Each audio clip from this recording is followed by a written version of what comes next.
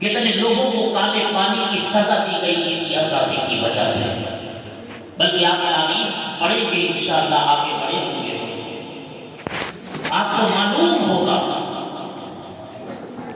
دلی کی سرزمین سے لے کر لاہور تک راستے میں جتنے بھی درخت کھڑے ہوئے نظر آتے تھے ہر درخت پر علماء کرام کی لاشیں لٹکتی ہوئی نظر آ رہی تھی. آسانی سے نہیں ملی ہے یہ آزادی. انگریز پریشان تھے. اکثر ملک پر ہم نے قبضہ کر لیا مگر ابھی میسور کا علاقہ تھا کہ وہاں پر ہمارا قبضہ نہیں ہو پا رہا ہے. تو انگریزوں نے یہ کہا انہوں نے ماننا پڑا جب تک ٹیپو سلطان شہید رحمت اللہ علیہ اس ہندوستان میں موجود رہیں گے ہم ہندوستان کا قبضہ نہیں کر پائیں گے. کتابوں میں، تصاویروں میں، اخبارات میں، اشتہارات میں حضرت ٹیپو سلطان شہید رحمت اللہ علیہ کی تصویر بڑے بے ڈھنگے طریقے سے دی گئی ہے. ان کے چہرے پر داڑھی نہیں ہے مگر ایسا نہیں ہے. آپ تاریخ کا مطالعہ کریں تو آپ کو پتہ چلے گا ٹیپو سلطان کسی عام انسان کا نام نہیں، اس زمانے کے ولی کا نام ٹیپو سلطان تھا.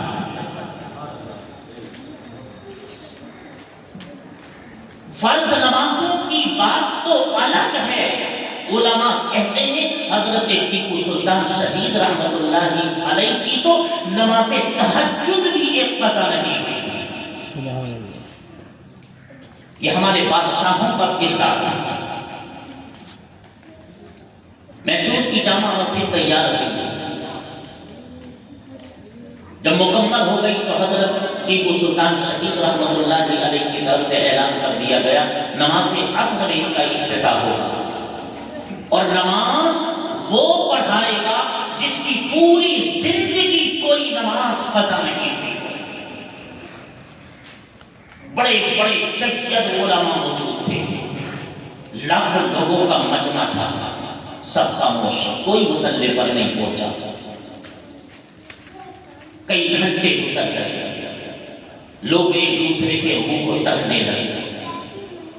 آخرکار وقت کا بادشاہ حضرت ٹیپو سلطان شہید مصلی کی امامت پر کھڑے ہو گئے. آنکھوں سے آنسو جاری تھے. نماز پڑھائی، دعا کر رہے. لوگوں نے کہا حضور آپ نے تو اعلان یہ کیا تھا کسی کی نماز قضا نہ ہو وہ پڑھائے گا. تو آپ کے منہ سے چیخ نکلی اور ارشاد فرمایا اپنا راز کھولنا نہیں چاہتا تھا. میں جانتا تھا اور میرا رب جانتا تھا. تم جس بادشاہ کو اپنے سامنے آج کھڑا ہوا دیکھ رہے ہو یہ ٹیپو وہ ہے جس نے جب سے ہوش سنبھالا ہے کسی وقت کی نماز اس کی قضا نہیں ہوئی ہے. یہ ہمارے بادشاہوں کا کردار تھا. بڑی بڑی قربانیاں دی گئی اس ملک کو بچانے کے لیے. مراد آباد کی سرزمین پر ایک ہستی جن کو ساری دنیا مولانا کافی کے نام سے جانتی پہچانتی ہے. اسی ملک کے لیے، اسی ملک کی آن بان کے لیے، اسی ملک کی آزادی کے لیے حضرت مولانا کافی رحمت اللہ علیہ نے مراد آباد کے ایک چوراہے پر پھانسی پر لٹکا دیا گیا. اصول ان کا یہ تھا لوگوں کی نظر میں یا انگریزوں کی نظر میں کہ انہوں نے مجاہدین آزادی کا ساتھ دیا تھا. اپنے ملک کی آزادی کے حوالے سے انہوں نے آواز اٹھائی تھی. زبردست عاشق رسول تھے مولانا کافی رحمت اللہ علیہ. سید گھرانے سے تھے، نبی کے شہزادے تھے. انگریزوں نے گرفتار کر لیا اور تکلیفیں دینی شروع کی. روایات میں آتا ہے، تاریخ میں آتا ہے 8 دن تک آپ کے بدن پر پریس گرم کر کر کے آپ کے بدن کو جلایا جاتا تھا. اور جب وہ زخم ہو جاتے تھے تو ان پر نمک چھینکا جاتا تھا. کہتے ہیں کہ سرفروشی کی تمنا اب ہمارے دل میں ہے. دیکھنا ہے زور کتنا بازو کا دل ہے. واقعی یہ حقیقت ہے کہ مسلمان، ہمارے آقا صلی اللہ علیہ وسلم نے یہی تو فرمایا، الدنیا مزرعۃ الآخرہ، یہ دنیا آخرت کی کھیتی ہے۔ اس دنیا میں رہنا ہے تو صرف مسافر کی طرح رہنا ہے۔ جس نے اس بات کو سمجھ لیا تو اس کے سامنے آندھی آئے، طوفان آئے، کتنے بھی طوفان کیوں نہ آ جائیں، وہ کبھی موت سے نہیں ڈرتا۔ بے شک حضرت مولانا کافی رحمۃ اللہ علیہ کے لیے حکم کر دیا گیا، پھانسی پر لٹکا دو، اس سے پہلے آپ کو لالچ نہیں۔ کافی ہم جانتے ہیں تمہاری بہت بات ہے، لوگ تمہیں مانتے ہیں، تمہاری عزت کرتے ہیں، تمہاری ایک آواز پر لاکھوں لوگ تمہارے جھنڈے کے نیچے جمع ہو جائیں گے۔ ہم کہتے ہیں ہمارا ساتھ دو، جتنی زمینیں چاہو زمینیں دیں گے، جتنی دولت چاہو دولت دیں گے، جو مرتبہ چاہو حکومت میں وہ مرتبہ تمہیں دیں گے، مگر ساتھ ہمارا دو۔ تو نبی کے شہزادے نے ارشاد فرمایا کہ جان دے سکتا ہوں، ملک سے غداری نہیں کر سکتا۔ بے شک حضرت مولانا کافی رحمۃ اللہ علیہ کے لیے حکم ہو گیا کہ پھانسی پر لٹکا دو۔ ہاتھوں میں ہتھکڑیاں تھیں، پھانسی کے پھندے پر لایا گیا حضرت مولانا کافی رحمۃ اللہ علیہ۔ ہزاروں نہیں لاکھوں لوگ کھڑے تھے چاروں طرف سے، ایک نبی کے دیوانے کا انجام دیکھنے کے لیے، پھانسی پر لٹکتے ہوئے دیکھنے کے لیے۔ اس میں اپنے بھی تھے، اس میں بیگانے بھی تھے، اس میں غداران قوم بھی تھے۔ دیکھتے ہیں کیا سزا ملے گی اور کیا انجام ہوگا، اور دیکھتے ہیں ان کے چہرے پر موت کا خوف کیسے ہوگا۔ حضرت مولانا کافی کو لوگوں نے دیکھا کہ جو موت کے قبضے میں جانے والا ہے اسے تو ڈرنا چاہیے، مگر مولانا کافی کے چہرے پر بجائے خوف کے مسکراہٹ جھوم رہی تھی۔ لوگ پریشان تھے، مسکرانے کی وجہ کیا ہے؟ میں تو یہ کہتا ہوں مولانا کافی مسکرا اس بھی لیے بھی رہے ہیں کہ اب تو پھولے نہ سمائیں گے کفن میں آسی، اب تو پھولے نہ سمائیں گے کفن میں آسی۔ وہ جانتے تھے چند لمحوں کی بات ہے، ادھر روح بدن سے نکلے گی، قبر میں مصطفیٰ کا دیدار ہو جائے۔ سبحان اللہ۔ یہ وجہ بھی ایک مومن کی شان یہی ہونی چاہیے۔ تو حضرت مولانا کافی رحمۃ اللہ علیہ کو پھانسی کے پھندے پہ لٹکانے سے پہلے انگریزوں نے پوچھا، جو ہمارے ہندوستان میں ایک دستور بھی ہے کہ کسی کو موت یا پھانسی دینے سے پہلے اس سے آخری خواہش کے طور پر، تمنا کے طور پر پوچھا جاتا ہے تمہاری آخری تمنا کیا ہے؟ تو مولانا کافی رحمۃ اللہ علیہ سے بھی پوچھا تھا کہ تمہاری کیا تمنا ہے؟ تو حضرت مولانا کافی رحمۃ اللہ علیہ نے فرمایا میری آخری تمنا، پوچھتے ہو تو سنو۔ جبکہ آپ نے دیکھا ہوگا موبائل کا دور ہے، یوٹیوب ہر کسی کی جیب میں موجود ہے، گوگل پر سرچ کرو تو بہت کچھ واقعات ملیں گے۔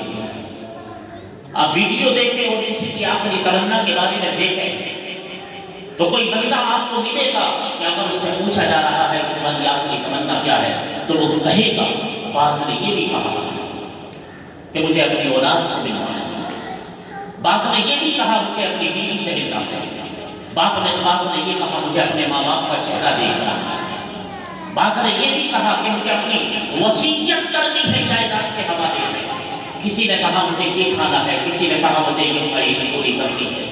مگر نبی کے شہزادے علی کے لاڈلے سے جب پوچھا گیا مراد آباد کی سرزمین پر، اے کافی بتاؤ تمہاری آخری تمنا کیا ہے؟ حضرت مولانا کافی رحمۃ اللہ علیہ ارشاد فرماتے ہیں اگر مجھ سے پوچھتے ہو میری آخری تمنا کیا ہے تو سنو، میری آخری تمنا یہ ہے کہ نبی کا دیوانہ ہوں، آخری وقت جاتے جاتے پہلے دنیا سے میں اپنے نبی کی بارگاہ میں نعت پاک کا نذرانہ پیش کرنا چاہتا ہوں۔ بے شک سبحان اللہ۔ اور آپ کی تمنا پوری کی گئی، اور ایک نعت آپ نے پیش کی نبی کی بارگاہ میں، اپنے نبی کو یاد کیا۔ نبی کو یاد کرنے کے بعد آپ نے فرمایا کہ کوئی گل باقی رہے گا نہ چمن رہ جائے گا، کوئی گل باقی رہے گا نہ چمن رہ جائے گا، پر رسول اللہ کا دین حسن رہ جائے گا۔ اطلس و کم خواب کی پوشاک پہ نازانہ ہو، اس تنے بے جان پہ خاکی کفن رہ جائے گا، اور جو پڑے گا صاحب لولاک کے اوپر درود کا تن بدن لگ جائے گا۔ بے شک سبحان اللہ۔ پوری نعت پاک آپ نے پڑھی، اس کے بعد آپ کو پھانسی کے پھندے پر لٹکا دیا۔ رمضان المبارک کا مہینہ تھا، جمعرات کا دن تھا، عصر کا وقت تھا، روزے کی حالت تھی۔ جیسے ہی آپ کو لٹکایا، لبوں پر مسکراہٹ تھی، اور یہ کہتے کہتے دنیا سے نبی کا ایک شہزادہ پوری دنیا کو یہ پیغام دے کر چلا گیا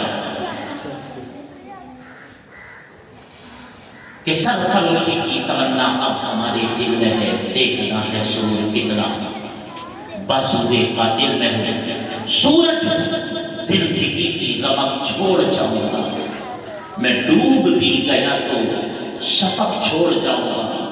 آج ایک کافی دنیا سے گیا ہے، میرا رب چاہے تو ہزاروں کافی اس دنیا کی، اس ہندوستان کی سرزمین پر پیدا کر سکتا ہے۔ پیارے بچوں، یہ ملک ہندوستان سونے کی چڑیا ہے، ہمارے لیے آج بھی یہ سونے کی چڑیا ہے۔ ہمارے ملک سے محبت کرنا یہ ہمارے دین میں اور ہمارے نبی نے ہمیں بتایا ہے۔ پیارے بچوں، آپ علم دین حاصل کرتے ہو، علم حاصل کرتے ہو، اگر آپ چاہتے ہو کہ آپ اس دنیا میں کامیاب ہو تو آپ کے لیے ضروری ہے کہ لگن کے ساتھ آپ کو علم حاصل کرنا پڑے گا۔ بڑے بڑے جو نامور لوگ ہیں جن کو دنیا جانتی پہچانتی ہے، وہ جاہل نہیں تھے بلکہ وہ علم حاصل کیے ہوئے لوگ تھے۔ اگر آپ علم حاصل کرو گے اچھے طریقے سے تو آپ کی عزت ہوگی، آپ کی قدر ہوگی۔ آپ کے مدرسے